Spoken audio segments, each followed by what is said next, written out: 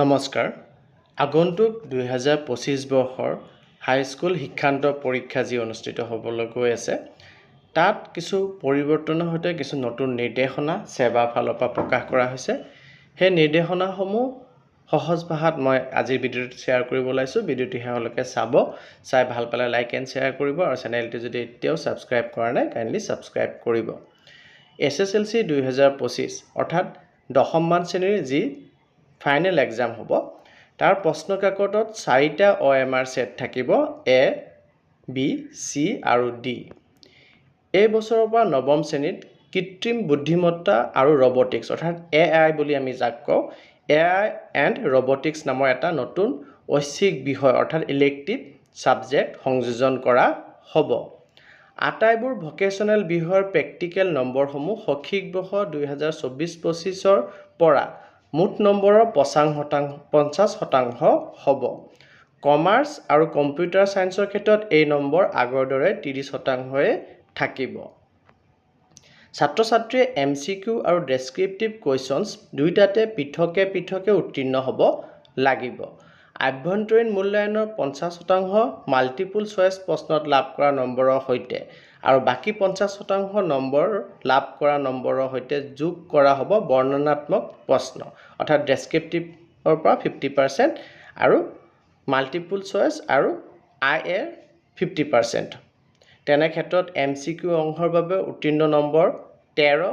আভ্যন্তৰীণ মূল্যায়নৰ বাবে উত্তীৰ্ণ নম্বৰ হ'ব বহু পছন্দৰ প্ৰশ্ন দুটা হ'ব লাগিব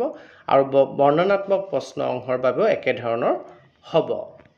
এতিয়াৰ পৰা নৱম আৰু দশমৰ ফাইনেল পৰীক্ষাৰ সকলো ভকেশনাল বিষয়ৰ প্ৰেক্টিকেল জিলা পৰ্যায়ৰ আভ্যন্তৰীণ পৰীক্ষা সমিতিৰ দ্বাৰা অনুষ্ঠিত কৰা হ'ব ইংৰাজী আৰু অন্যান্য ভাষা বিষয়ত সকলো প্ৰশ্ন কেৱল নিৰ্ধাৰিত পাঠ অধ্যায়ৰ পৰা হোৱাটো প্ৰয়োজনীয় নহয় অদৃশ্য অংশ ব্যাকৰণৰ বস্তু ইত্যাদি থাকিব পাৰে প্ৰশ্নবোৰ বিষয়বোৰৰ শিক্ষণ ফলাফলৰ ওপৰত ভিত্তি কৰি হ'ব